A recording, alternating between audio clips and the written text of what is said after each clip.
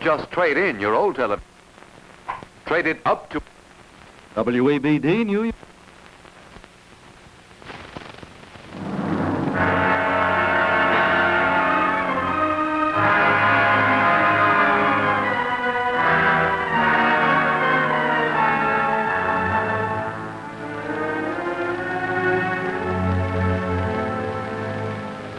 The Johns Hopkins Science Review, presented by the Johns Hopkins University and WAAM in Baltimore.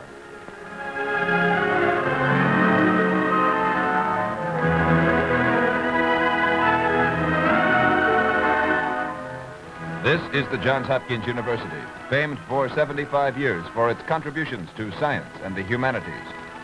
Here in its many laboratories, Hopkins scientists are constantly probing into the still unknown secrets of science, which, when discovered, will be translated into benefits to be enjoyed by you, the people of America. Each week, we look over the shoulders of today's scientists and catch a glimpse of the results of their research.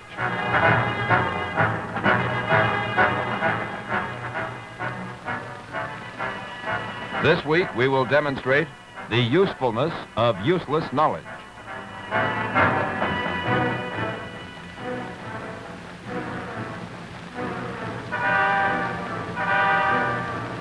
To introduce this week's program, here is Lynn Poole of the Johns Hopkins University. Greetings, ladies and gentlemen, and welcome to another Johns Hopkins Science Review. A few weeks ago, I was showing a friend of mine through one of the laboratories at Johns Hopkins University where he was talking with a research scientist. And he asked this scientist a question. He said, "This is all very wonderful, but what does it mean? What value has it? How can you use it?" The scientist said, "I don't know. I'm just looking for some answers." So I referred my friend to an article in the October issue 1939 of Harper's Magazine, written by Dr. Abram Flexner. Now, this article was called "The Usefulness of Useless Knowledge," and it's all bound up with the definition of the meaning of a university. We'd like to try to answer that question for you tonight of what a university is, and I know of no one more capable of answering that question than Dr. Abel Wolman of the Johns Hopkins University, who is here with us tonight. Dr. Wolman, I wish you would begin by trying to answer for us the question of what is a university. That's a question that's been debated, of course, for centuries.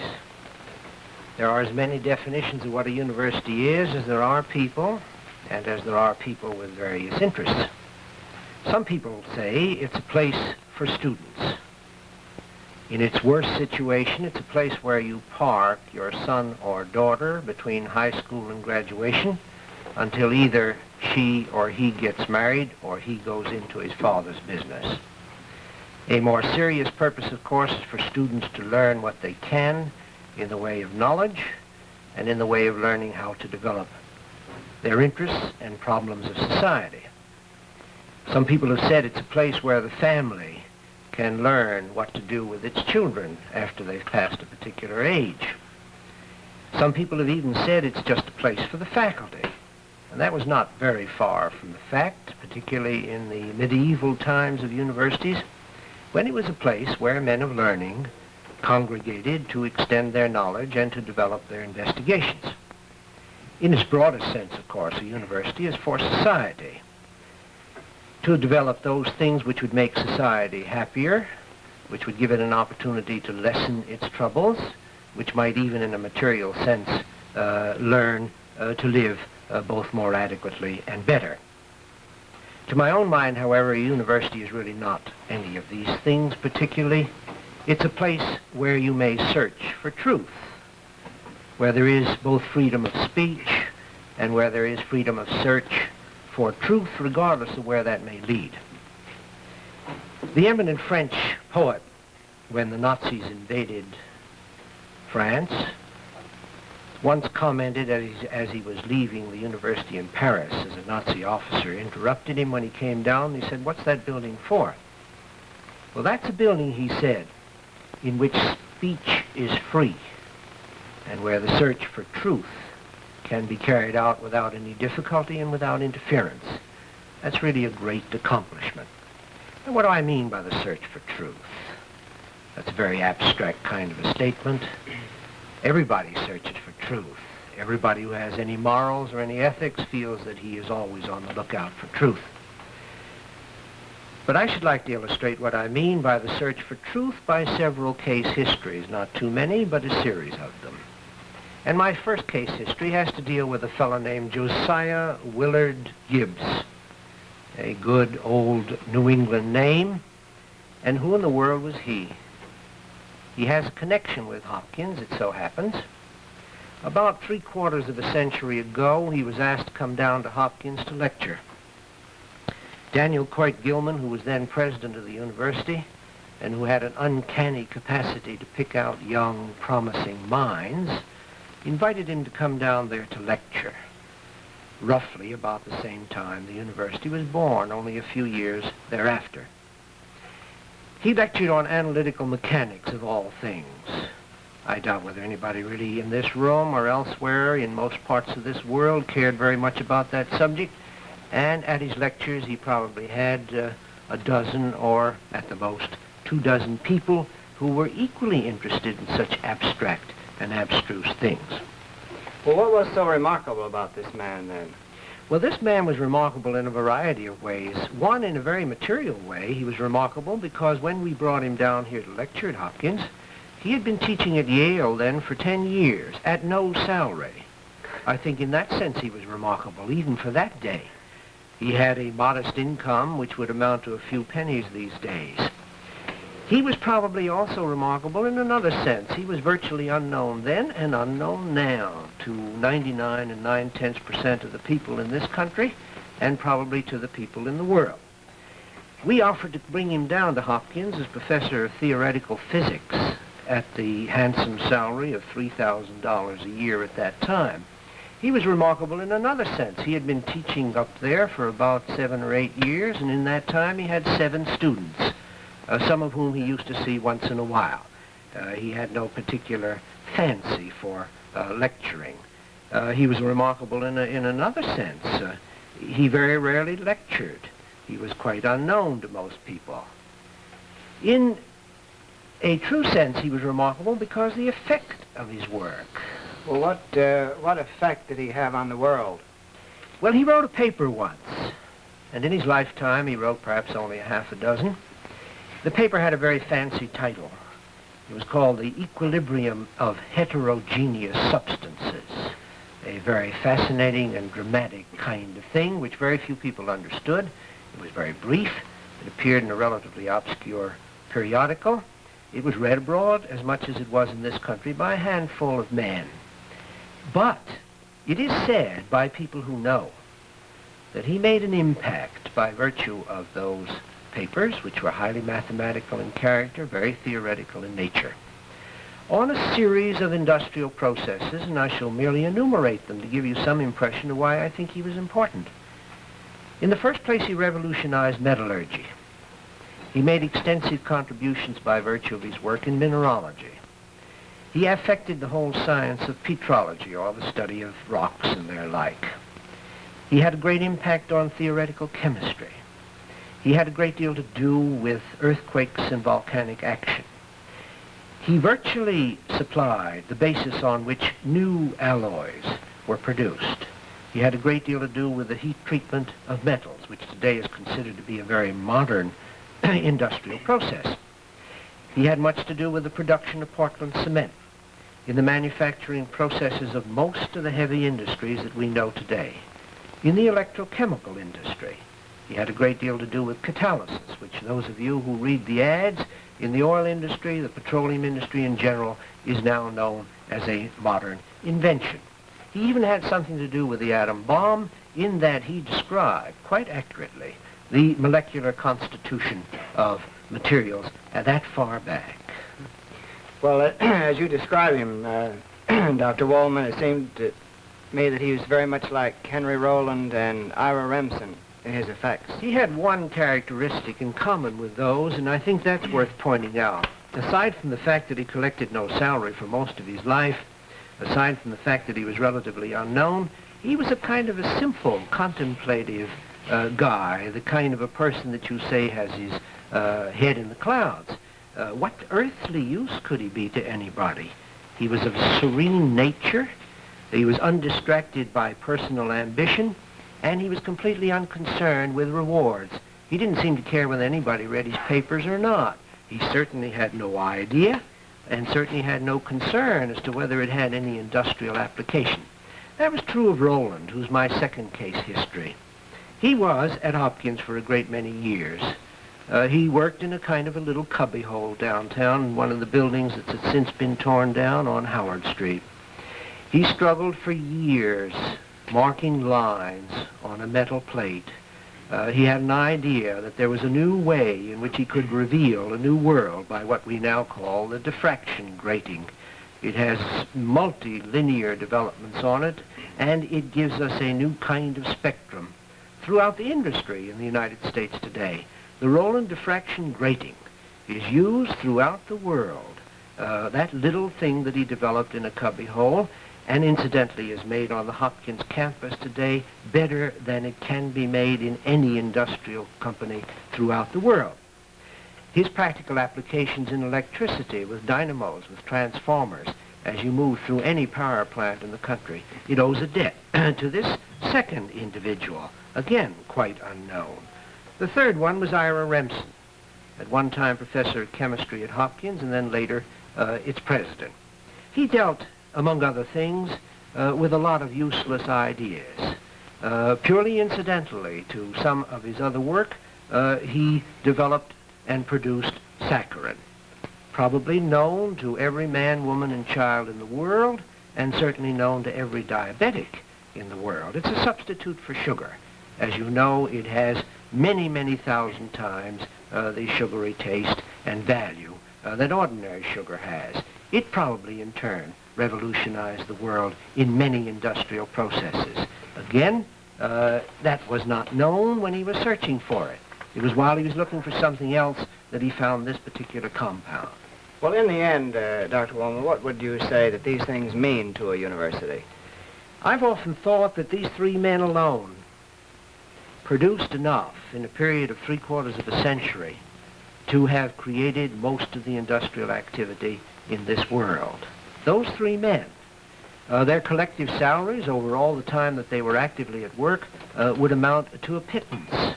But what they produced, and I've tried to make a very, very rough kind of estimate of this, would amount in the industrial fruits of the world to trillions of dollars. Those of us, of course, who are already baffled by billions of dollars on federal budgets would find it hard to conceive of trillions of dollars. But that's what they produced, three men. Well, Dr. Wolman, I think your philosophy that you built and the case histories that you've told us certainly prove that useless knowledge, often thought of as useless knowledge, certainly is useful. And to you at home, I would like to say that Dr. Wolman has built for us here a philosophy of what a university is and how useless knowledge becomes very useful to you and to me. But we'd like not to stop there. We'd like to give you a few demonstrations in the field of medicine to show how useless knowledge becomes very useful. And with us we have this week Dr. Francis F. Schwenkter of the Johns Hopkins Hospital to give us these demonstrations.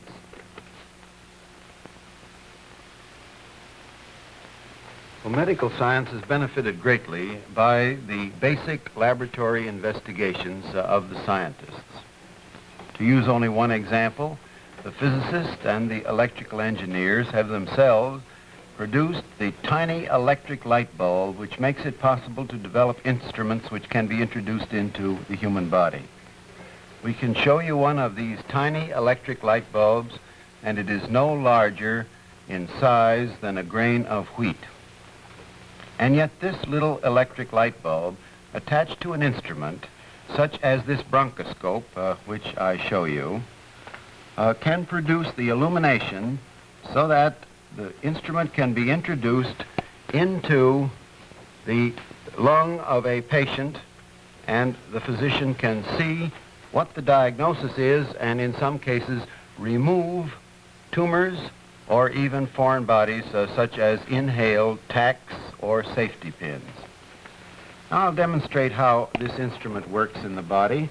on a chart which we have here showing the patient in the proper position, and the instrument is introduced down into the trachea until it reaches the lung. And looking through this area here, the physician is able to see through this tube by the use of the light exactly what the situation is. Now, instruments such as these have also been used even to go into the cavities of the brain itself.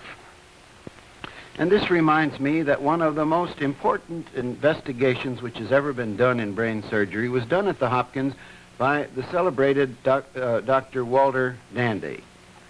And he worked out a method for injecting air into the brain after the removal of spinal fluid so that the brain could be visualized. I think that this is called pneumoencephalography. Now, pneumoencephalography is a long word, so that let's break it down into its components.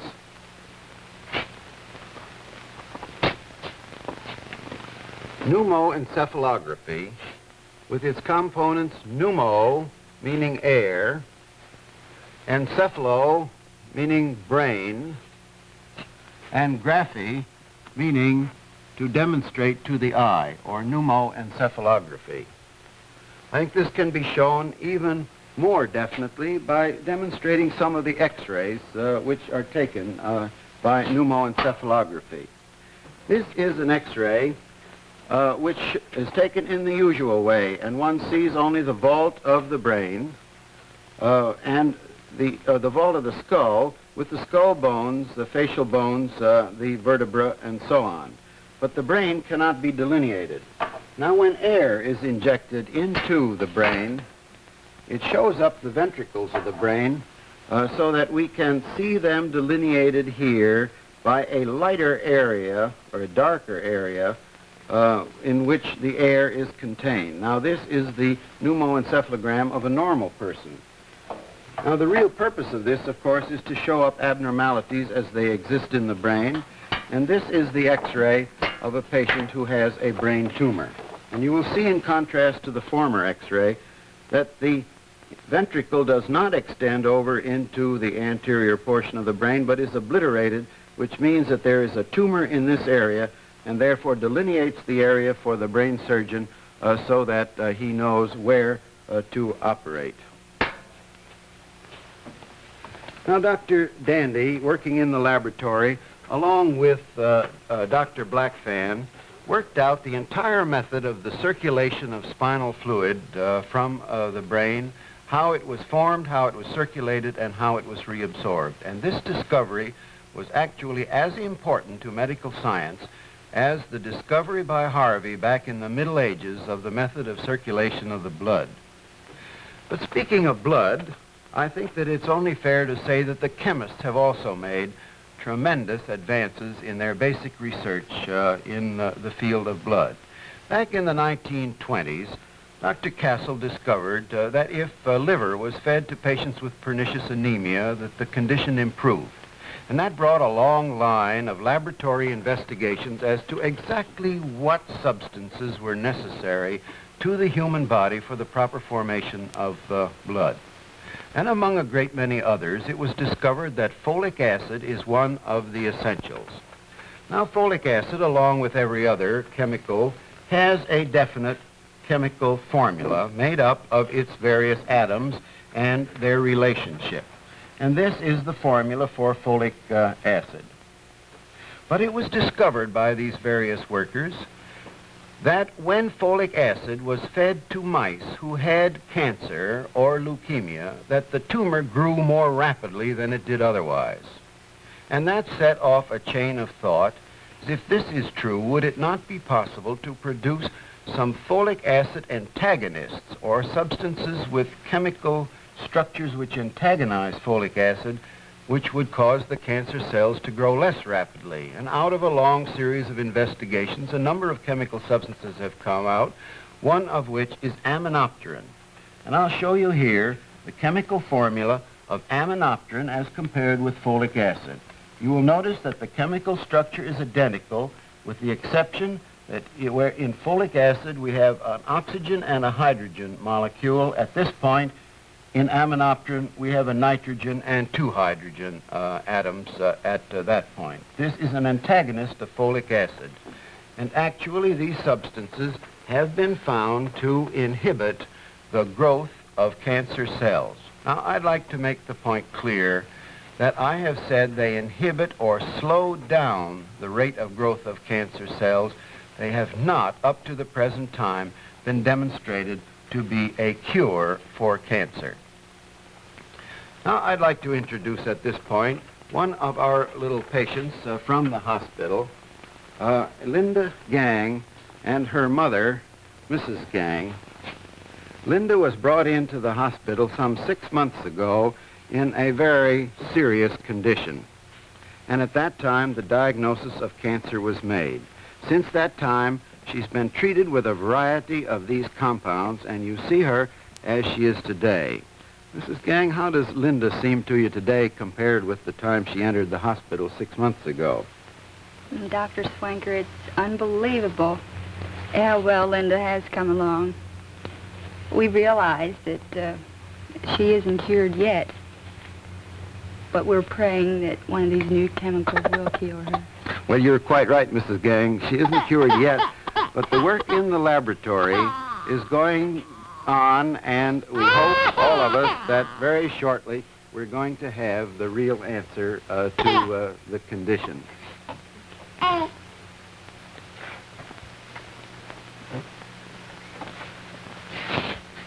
I think that all of us are familiar with the Blue Baby operation, which is another one of the advances which have been made in basic research.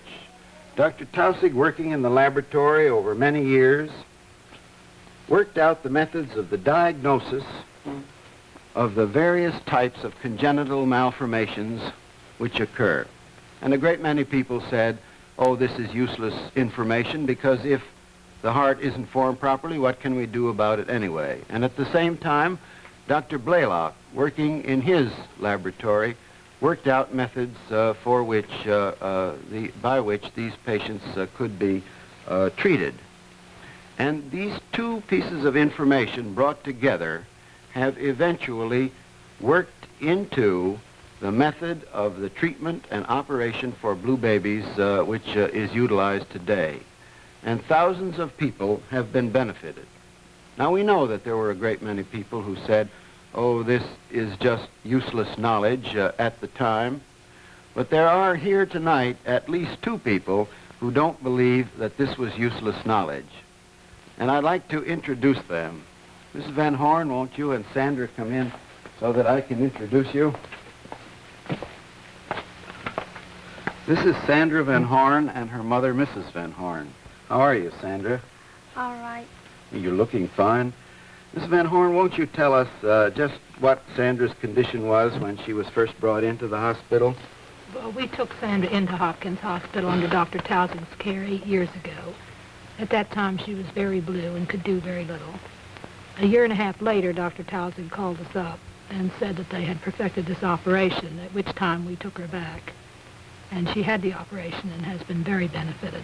Before she had the operation, could she run and play and act normally? No, Sandra could do very little. She could walk across the room. Is that all she could do? That's about all she could do. How is she now? Now she goes to school every day. She walks to and from school with the other children and takes part in all their She really activities. lives a normal Yes, life she does. now. Well, Sandra, you look better every time I see you, and you look prettier every time I see you. Well, Mrs. Van Horn, there's no doubt in your mind as to the value of the basic research that's been done on things of this sort, is there? No, we are very indebted to it. Well, that's the way we all feel. And as physicians, we feel that the basic research that is done gives us the tools by which we can go on to new discoveries. Now, there's another interesting disease in which basic research has been done, and that is in the field of rickets.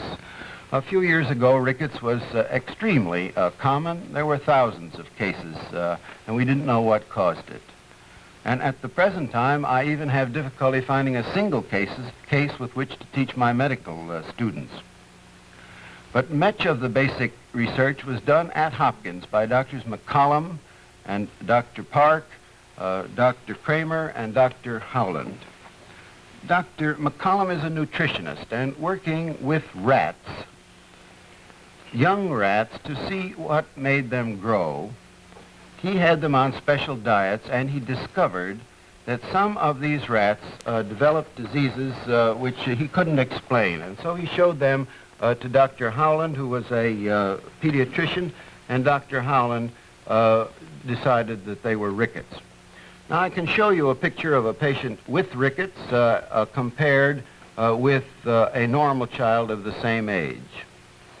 And the disease is due to a malformation of the assimilation of calcium, phosphorus, and oxygen, as you can see in this chart.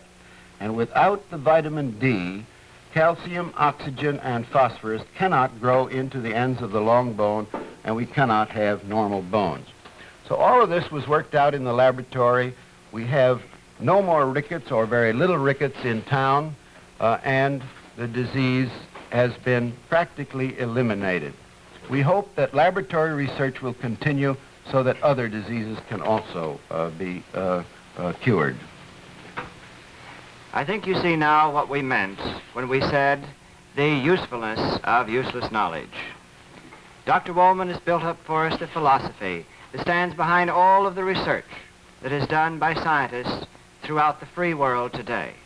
And this research may often seem useless to many people, but when you hear of a discovery, when you hear of a new development in any field of science, whether it be medicine, whether it be engineering, whether it be in chemistry, whether it be in physics or nutrition, you will know that behind this lies a long series of investigation in the laboratory. Men who are seeking truthful knowledge, seeking new facts, which may seem useless at the moment, but they will become useful before very long. Now, next week we are going to continue this subject and develop it further for you to show you a number of new things that have been developed for industry and for the home that came from so-called useless knowledge. So we hope you'll be with us at the same time next week when the Johns Hopkins Science Review is here again and presents the return on investment.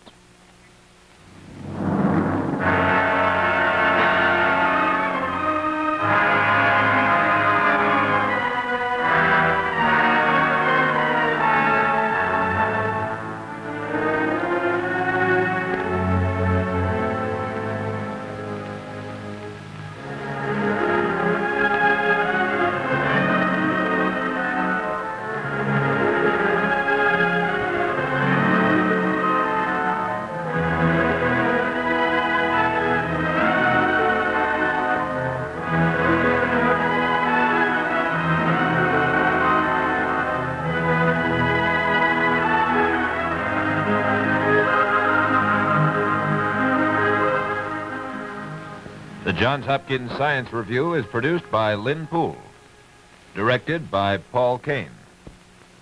Associate producer is Robert Fenwick. Associate director, Ed Serro. Art direction is by Barry Mansfield. Your narrator has been Joel Chaseman.